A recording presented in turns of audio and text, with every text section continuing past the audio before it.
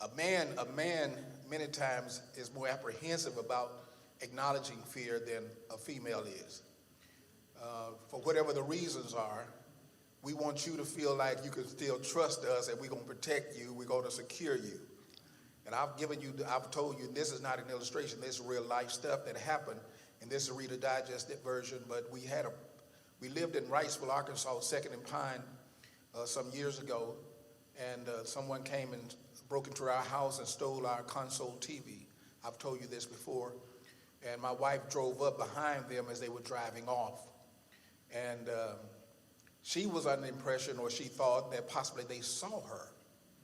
Now we had insurance so we could replace the stolen item. So we went to a rental company and rented a TV while the insurance was processing our claim. Well, they came back and stole that one. And we were at home sleep one evening after all that had gone down. And whatever the reasons, our bedroom was in the front part of the house and the children's bedroom was in the back part of the house. And we had a little vestibule, a hallway right in the center. And we heard a noise. We all heard whatever it was. And we all ended up right there. And everybody was clutching to me. She had her arms around me. The children had their arms wrapped around my legs. And everybody was breathing heavy and hard. And, it was and here I was just as scared as they were, trying to give comfort to them, that it's going to be all right, it's going to be all right. So what I'm simply saying to you is so many times there are a lot of people who depend and trust us, and we about as afraid as they are. But the end game here as believers is to always be confident and practice the presence of God, to know that if we do that we have no reason to fear because God is bigger than whatever it is we're dealing with. So Psalms 34 would help us to develop this. Now, Psalms 34 is written in, I don't know what your Bible caption is, but mine let me know that it was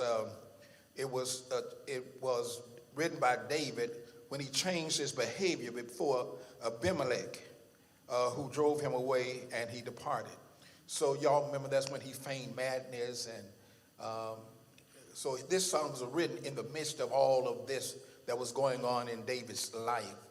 Now, if he being a warrior who has slain a giant, and still, you think there are some things you conquer, there are some things, and you feel like if I can conquer this, then I got everything covered, that I have no reason to fear anything, only to find out that there are still things that will frighten you that you've got to deal with. So each of us tonight, I pray that we'll be able to, we're confronted with some giants, we're confronted with some issues, we're confronted with some apprehensions, we're confronted with some dreads that, and when the guidelines were put down about the restrictions about coming to church and doing those things, that the 6 feet and all the other things, and if you had any compromising issues that you stay at home, all of those things.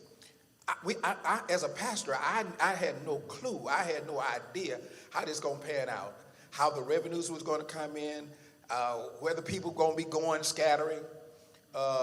Just had no clue about this, only to find out that whatever apprehensions I had, God already had it covered.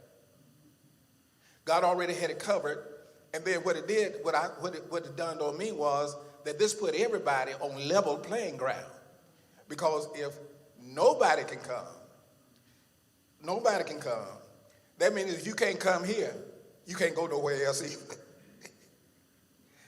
What it does say, though, however, is that the psalmist in Psalms 34, and we many times say this, and we say this while we're in church between the four walls, and in most cases it has been apart from any crises like this. But here's what the psalmist says: I will bless the Lord at all times. So the times that we're in now is a part of all times. So if we could bless the Lord prior to, then we ought to be able to bless the Lord in. And he says, I will bless the Lord at all times. His praise shall continually be in my mouth. Now, this is really where our faith kicks in, because when we talk about blessing the Lord at all time and his praise continually being in our mouth, this ought to help us strike any area of our lives where we find it necessary to complain or anything like that. It ought to cause us to remember, again, reflecting on our inability, but God's ability, and giving us no reason at all, because we are not living life based on our ability. We're living life based on the gift that God has given us.